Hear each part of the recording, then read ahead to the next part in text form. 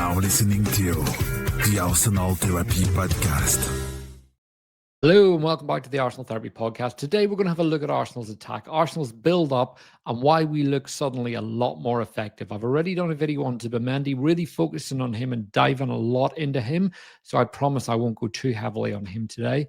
However, there are other elements of Arsenal's attack that are just making us more effective and reducing the horseshoe. That's something that Mikel Arteta has been accused of heavily over the last 12 months, but personnel and tactics have changed a lot. I often say that tactics are over-indexed in the modern game. When things go wrong, it's tactical. When games are won, it's players. In reality, tactics are often defined by the system and the players. The system is put in place, and that's a long-term thing. That's the brand that you create as a team. That's that long-standing identity that you have every time you step on the pitch. And ultimately, those principles are always in place for that team. The defensive structure, the pressing structure, your attacking build-up. Tweaks can be made, but tactical changes are often not drastic. And if they are, it tends to be when a manager's about to lose their job. And that is not the case at Arsenal. However, personnel have changed and it has led to tactical changes. And Arsenal are suddenly starting to click and we're looking a lot more effective. People have said that Mikel Arteta has let the handbrake off, but actually, there are numerous other factors at play here. The opposition we've played has been a factor. If you look at the Liverpool game, for example, Liverpool and Arsenal went out and played very, very stagnant football for a lot of the game. Arsenal had more touches in their box, more shots than Liverpool. Liverpool showed Arsenal huge respect and didn't play with the openness that they have in other games. Man City dropped into a low block against Arsenal. That's something that we've never seen before. However, Arsenal have found ways to beat teams, and we find ourselves top of the league after a really, really difficult start. But I'm going to have a look at our attack. So this is the build-up structure that we see.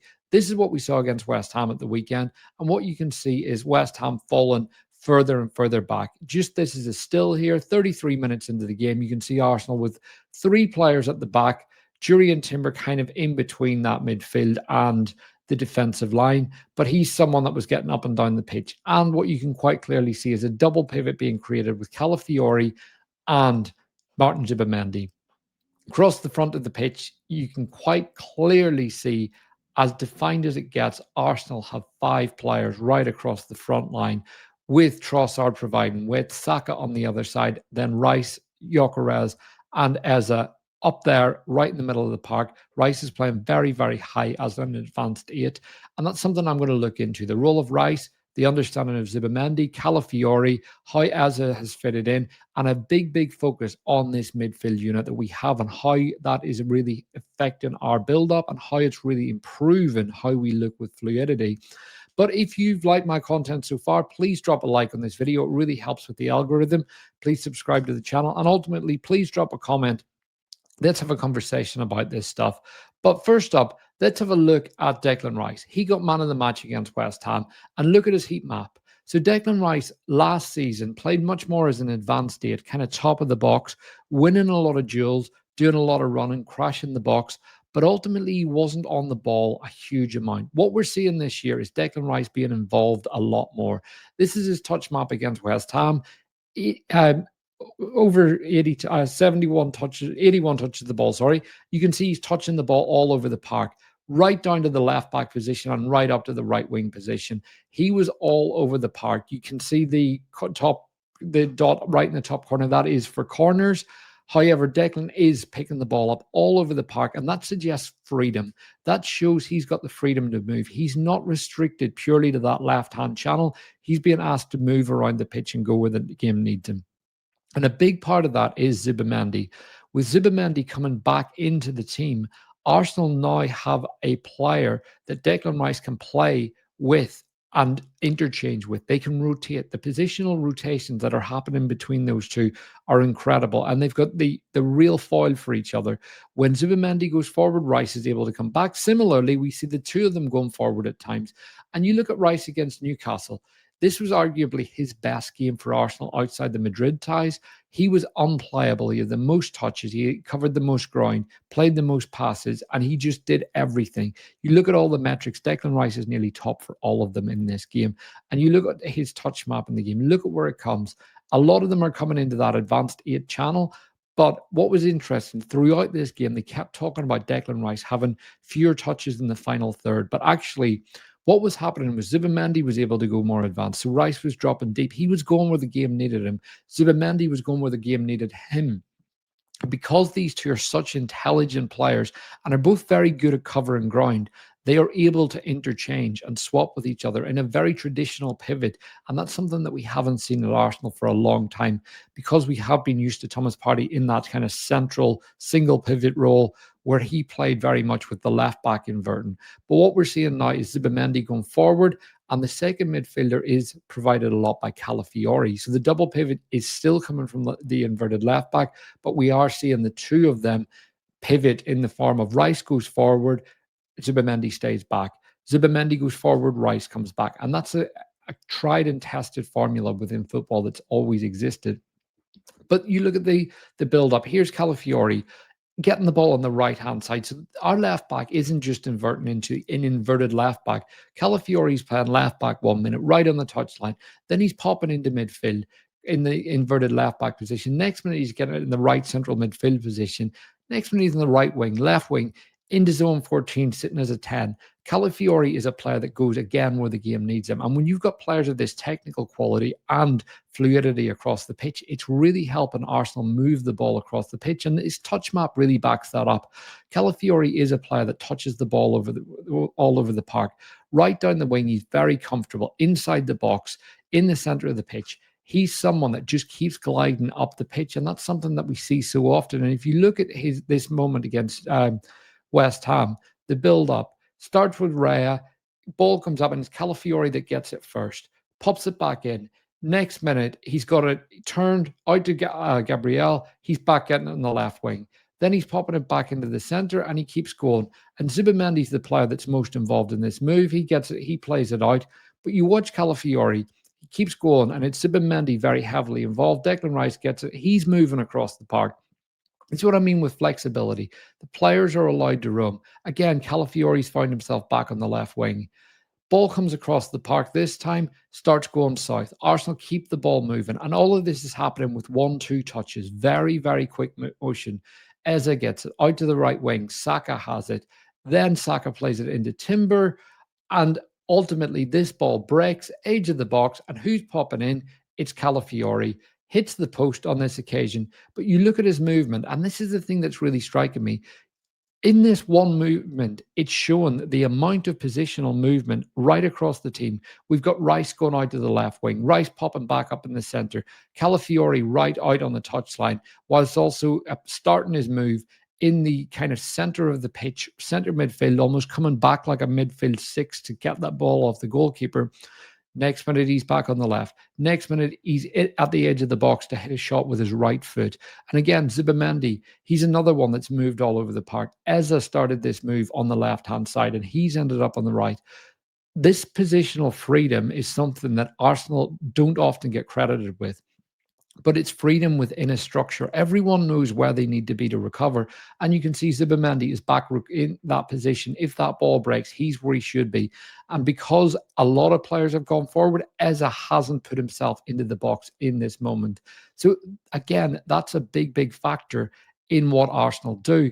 And one thing Art de Roche covered in The Athletic was he classed it as the bounce pass. And he made some of these gifs, which I'm going to share. I prefer to use just the term one-touch football, zigzag, tiki-taka, moving the ball up the park.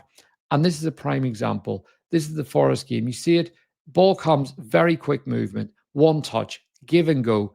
Players turn and they move. And what you can see with each of these graphics is the players moving. I said in my last video that movement makes things happen. You watch this again, Zubimendi, Mascara, Odegaard, back to Zubimendi, over the top. Ball comes into Calafiori, one touch. Odegaard, one touch into Gyokeres, and he keeps running. And this is what happens. This movement allows for that. And with each player moving, the minute they release the ball, players have to go with them. That creates space. And it's all about speed. It's about one-touch motion, one-touch movements. But ultimately, the thing that enables that is both agility and technical quality. Arsenal have agile players in the middle of the park. We've got players that can move. We've got players that can run. We've got players with great stamina and great engines that can keep this up throughout the game. And our control means that we're not doing huge volumes of running at certain points of the game. And we can save that for our pressing structure. But the big thing is technical quality. If you want to play on a game like a ground like in the Champions League with this, you have to be able to look after the ball. And again, Odegaard back into Zubimendi. Ball comes back to Odegaard, and you can see that ball being moved up the pitch very, very quickly. One touch. And again, it's Raya into Odegaard, who pops it back to Zubimendi. And you look at the players on the ball. Every one of these players is of a very high technical quality. And it's straight down the line and sending Martinelli into space to run. But if you want to play that kind of football on a ground like St. James's Park, you need serious quality. And look at this. It's back forward. I said zigzag. It's almost Z shape. This ball goes across multiple players, and you look at the way it's moving up the park. Timber into Eze, again, first time. Zubimendi, first time. Trossard back, first time into Declan Rice. Declan Rice straight away, first time into Calafiori. And that's moving us up the park very, very fast. It's quick, it's snappy, and it stops players from getting into positions. But that variation is very, very effective against a mid block. When players are sitting highly congested in the middle of the pitch and you've got a very tight structure to play through, you can go over the top if you've got an effective runner, which Arsenal now do in the form of Victor Gyokeres. He gives us that outlet to go over the top. But if you've got technical players that can play through it, you can play those bounce passes, as Art described it as, where you get the ball, it comes in, someone's comfortable getting the ball with their back to goal, with defenders approaching them, suddenly, bang, it's off. That player has come towards you, there's a space in behind you. The ball goes again, and the next player has it, bounced off them, and that ball moves up the pitch. Suddenly, you're in the wide areas, and the opposition have committed players forward to try and close you down, and you're able to get down the flanks and into the middle. And that's ultimately how you play through it. And as I said, the other effective way with a mid block is to go over the top, and similarly is to carry the ball right through the middle of the channel. So if you've got strong carriers, which Arsenal now do as well, it allows you to literally run the ball through them. We've got that in Noni Madueke. His injury was a big, big blow because he's a carrier for us. He's a player that can get the ball and literally get his head up and run through teams. Eze can do that as well. Odegaard's not a carrier, but you see his effectiveness in some of these movements that I've highlighted. And those moments really help tear teams apart. But another weapon that we've really added is the ability to go long, the big switches of play. As someone who has done it very effectively. You look at his assist against Man City. That ball was looking up and pinging that ball straight over the top. It's a perfectly timed ball. And he did it against Olympiacos. You look at this movement, he does this again a few minutes later. First one, out to Saka on the right-hand side. Second one, you see Saka free. Where's it going? Over the top and into a very similar area where he played Martinelli into against Man City. And we see Declan Rice do that. Again, this is an example in the Champions League against Athletic Club. Pings that ball straight out to the right-hand channel. And then you can see we've got a runner going in behind. These moments really help Arsenal get up the pitch and really help us play through teams. And I mentioned going over the top of a mid-block. Again, this is a very mid-block style structure. They're not sitting low. They're not sitting right deep, camped outside their box. They're willing to come at us, but they're willing to come at us within their structure. And this is very much a classic mid-block. You look at the structure, you count the players, you look at the distances. There's about 10 yards in between every one of these players. It's crazy how disciplined this structure is. And it's no surprise that we struggle at times to come through it because you're playing at home in Bilbao with a very loud crowd and a very, very disciplined, well-structured team. So it's the variation that really matters in these circumstances. And Eze is a big part of that. You look at Eze's touch map. Again, I've just highlighted Declan Rice, Calafiori as two players that are touching the ball all over the park. Eze was described as someone that was being restricted by Mikel Arteta when he arrived.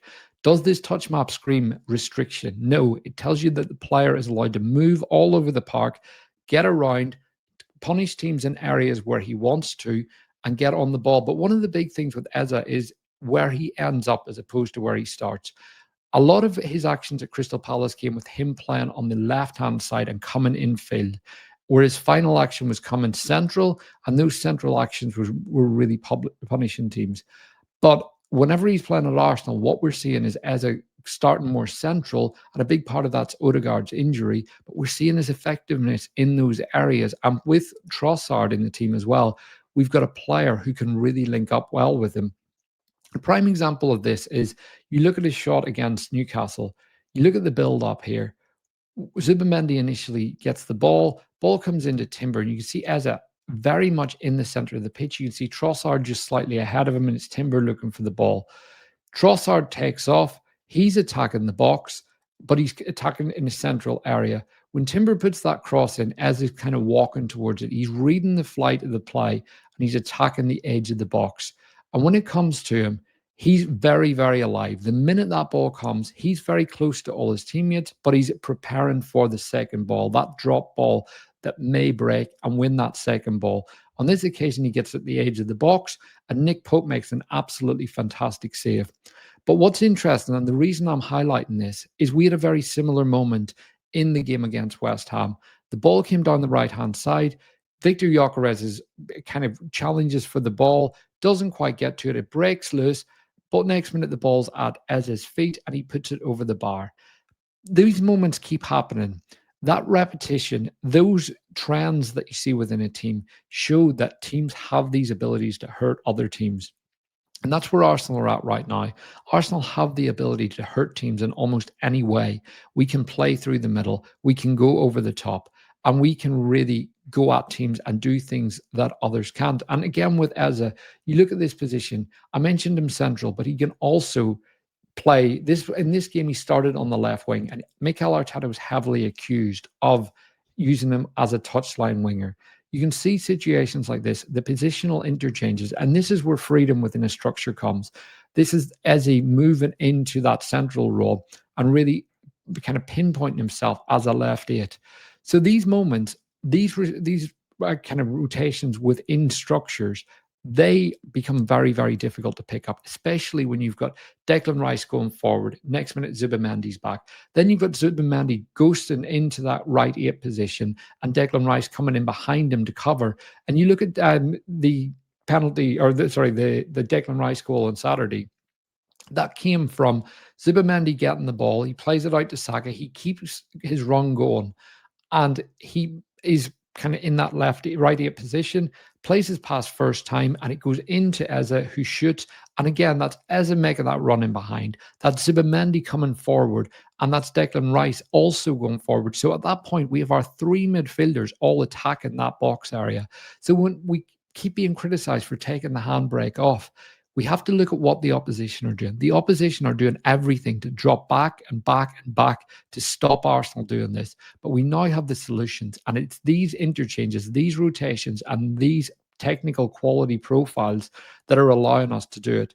And all of these players are in prime age. You look at Eze, 27, Rice, 26, 27, Zubimendi, 26. They're all international footballers of a very, very high IQ. And Martin Odegaard will be back again very soon. I know we keep saying that, but again, prime age, international footballer of elite quality. This is only going to grow. We are only going to get better. But tell me, what do you think of this? Do you agree with what I'm saying? Do you think that we need to add more? Do you think we need to feed Victor Gyokeres early? Or do you think that Gyokeres needs to show himself more and find those positions to make it even easier for our attackers to find him? Because what I've shown you here is that we are getting the ball forward in a complete variation of ways. We're offering a lot more to our game. We've got runners, we've got movers, we've got technical players within the midfield, and we've got a host of things that we didn't have last season. But give me your thoughts. As I said, please hit the like button, please drop a comment, please subscribe to the channel, and thank you for watching. Well, I'll be back again very soon. I've got two incredible guests coming up next, and I can't wait to speak to both of them. Have a great day. See you again very soon.